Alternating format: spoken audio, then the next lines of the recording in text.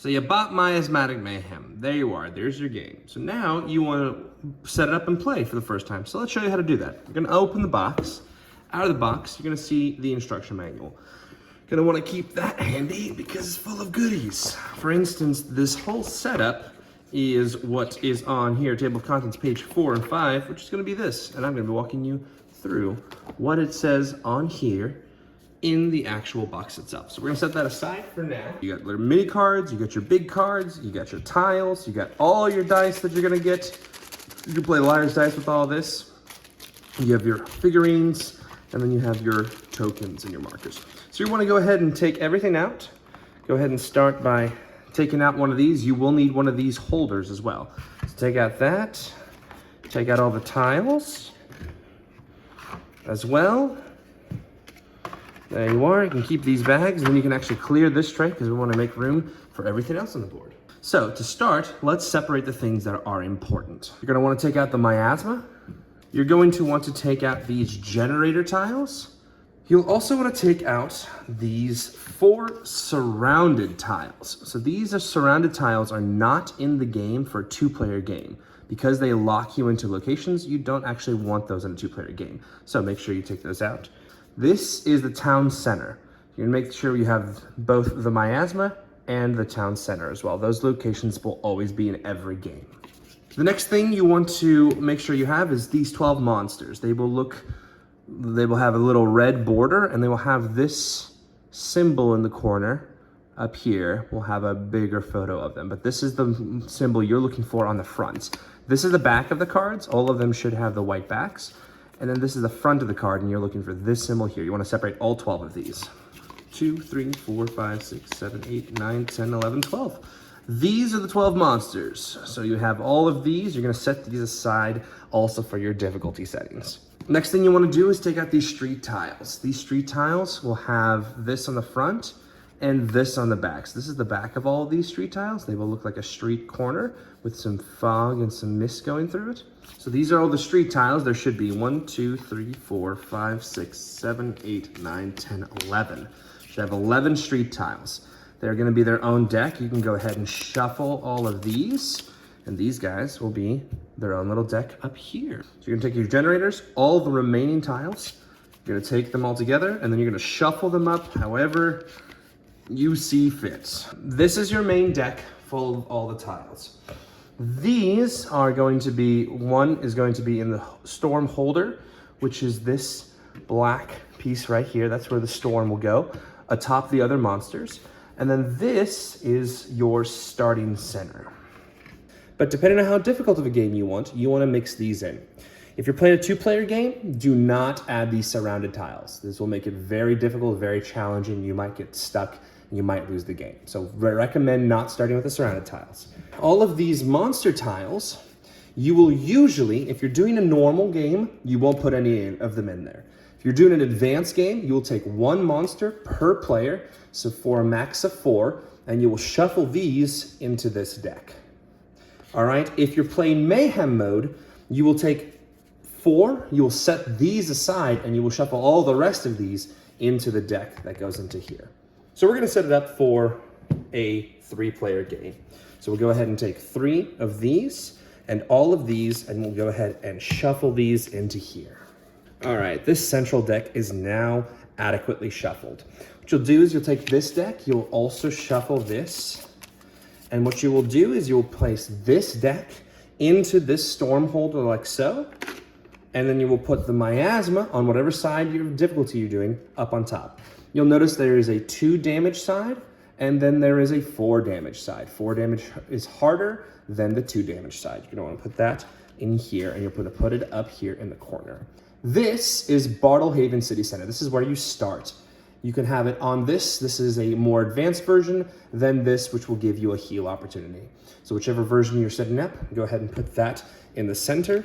We'll go ahead and move these out to the side. The streets you can keep sort of a little bit out of reach, a little bit out of view, and then this will be where you start the entire game. Next, what we recommend is to take these tiles, and you're going to build a grid. You're gonna build 1, 2 out in every direction. That here is the start of your grid. So then you can fill in however you want. The storm will go up here in the right corner. So right here, one diagonally from where you start. Return any excess that you have and go ahead and put it off to the side here with your other street deck. So your street deck will be here and then your other deck will be here from the extra tiles. All right, since we're playing a 3-player game, we're going to go ahead and place 3 pawns. I always pick red. So we're gonna go red and we're gonna go blue and we're gonna go purple. Once you have that all set up, you're going to want to choose some characters. So in this big tarot deck of cards, you're going to have these. These are your cheat sheets. So these blue cards that say gameplay order, that is for you to determine what you do. And on the back, they also have what you can do on your turn. So you're gonna want to give one of these to every player. Same thing with these. These are icon sheets. And we're gonna have, there's 4 of them. They are double-sided. And so you're going to want to give one here, and one here. Next up, you're going to want to take these characters. So the characters come with 2 different cards. There's personnel, which is your character himself, and then the weapon, which is what your character uses. If you notice on the back of these cards, there are matching bird symbols. So this is a woodpecker and this is a woodpecker. So these 2 items, technically, they go together. And you can see by the art that these 2 art also match. Now, whenever you play, you don't actually have to pick the same characters. You can randomize by picking a random character you like and picking a random weapon that you like. But you're gonna go ahead and need one of these and one of these. Once you've picked one of these characters, you're going to want to take the dice associated. So here on this character, you're going to take each one of these dice. This is 1 tenacity, 1 terrain, and 1 technology. So you go grab the bag, and you're going to grab 1 red, 1 green, and 1 blue.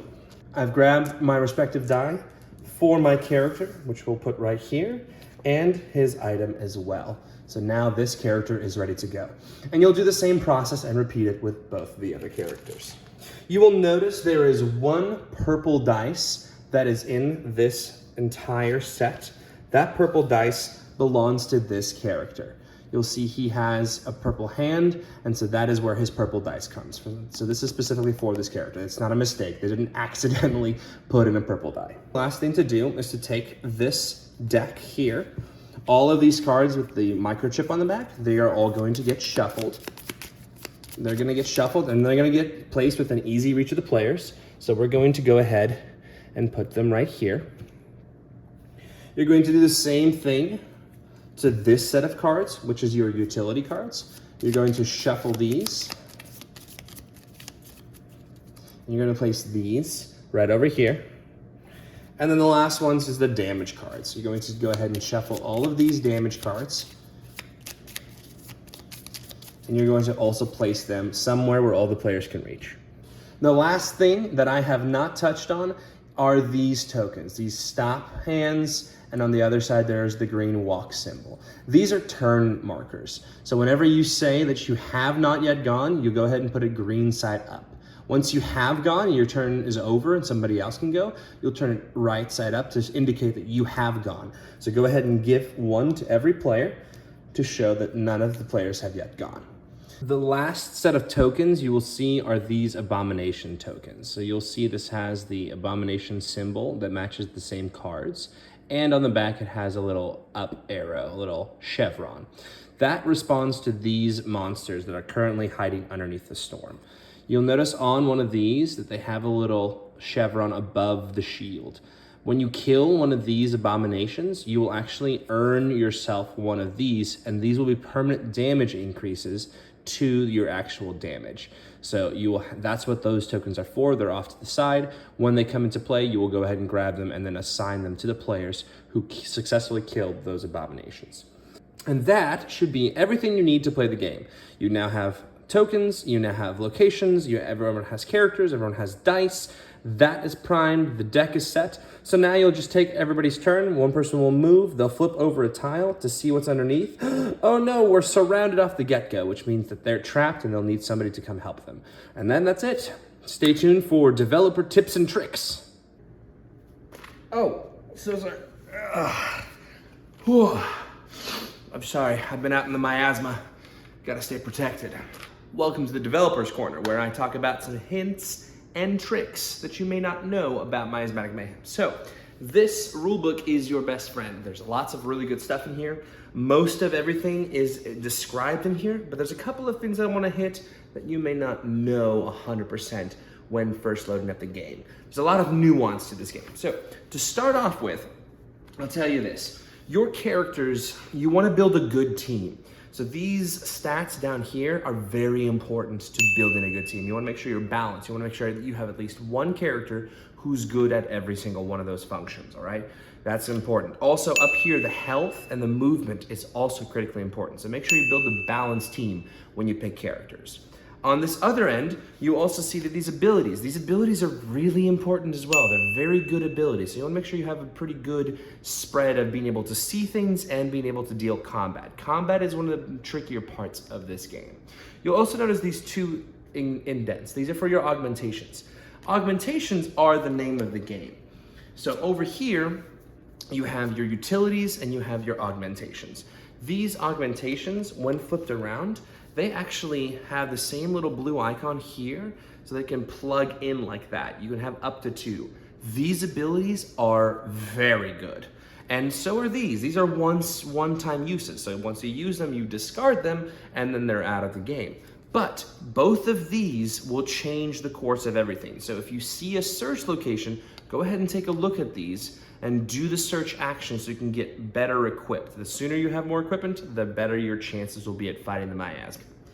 You need to get rid of the generators to win the game, but they also function as search locations. Those little spy glasses or those magnifying glasses, those are very important. So by searching here, you will get an augmentation and a utility, and that's really good equipment. So maybe don't disassemble these as quickly as you think. Maybe search them at least one time before you go ahead and do the check associated with disassembling.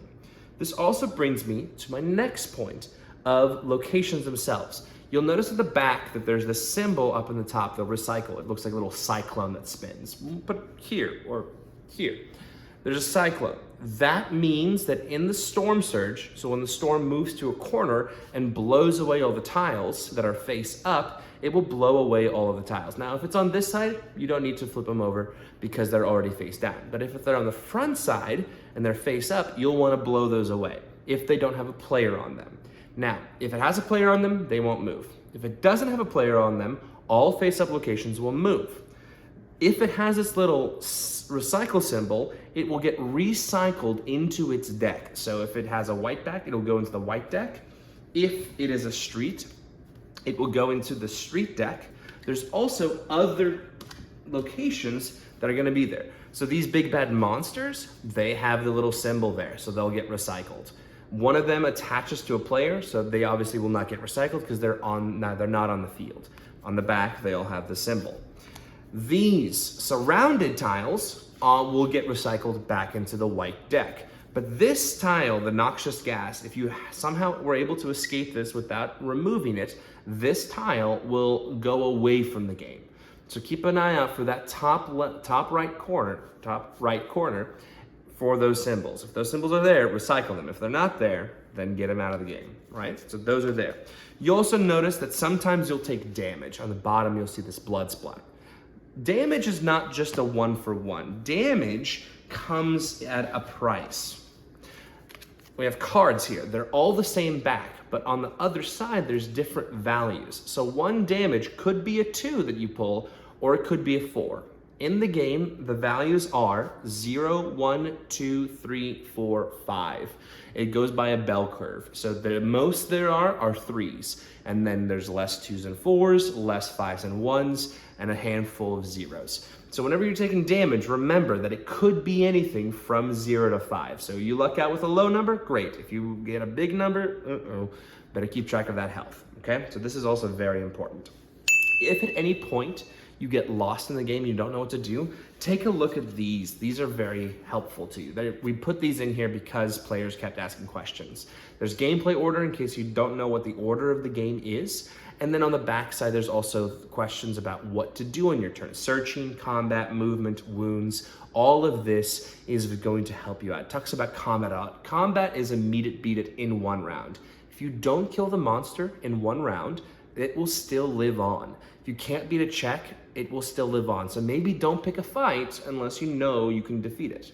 Also, there's a lot of symbols in the game. This will help you understand what all of them mean. They will give you the name, they will give you a description about what those are, and they're double-sided. So if you ever have a question about what a symbol specifically means, go in here. Or also in the back of the rule book, we went ahead and did a very neat and nice icon index. So if you ever need to know more about what a specific thing looks like, check out the icon index in the back of the book. All right? And the last thing to let you know is this player icon. So there's a reason there's green and red. We wanted players to have autonomy. So as you play the game, you may want to change your orders. If somebody is stuck, maybe you leave them to the end of the turn, because then next time maybe somebody can get them unstuck and then give them a turn. Same thing, maybe I have an ability that lets me peek underneath a tile. I want to go first so that I can see more of the board so we can build a better game plan. So feel free to change it up round to round. Maybe circumstances have changed and somebody's gone away, maybe somebody's come back. So go ahead and change order and see what feels the best. If you want to keep going clockwise, that's totally fine. But these are there to help you notate that. So if I've gone because I decided to go first because I knew I really wanted to get that ahead of time, I'll go ahead and flip that over and then somebody else can do it. If you have any other questions, or if there's anything that comes up, there's a fringe case scenario, or there's a rule that you're not sure of, go ahead and contact us. We have a Discord that will be in the description if you want to follow us on Discord. We also have my email, so if you go info@Funcertainty box, you can email us all the questions you have, or leave a comment on this video, or wherever you see this. Just ask us questions if you've got questions, because we want you to have fun, and we want you to enjoy, and most importantly, save the city, okay? Because it's getting real bad out there. It's looking real dark and grim, so I'm gonna get back out there. You guys stay safe, all right? And remember, it's uncertain what you'll find, but be certain it's gonna be fun.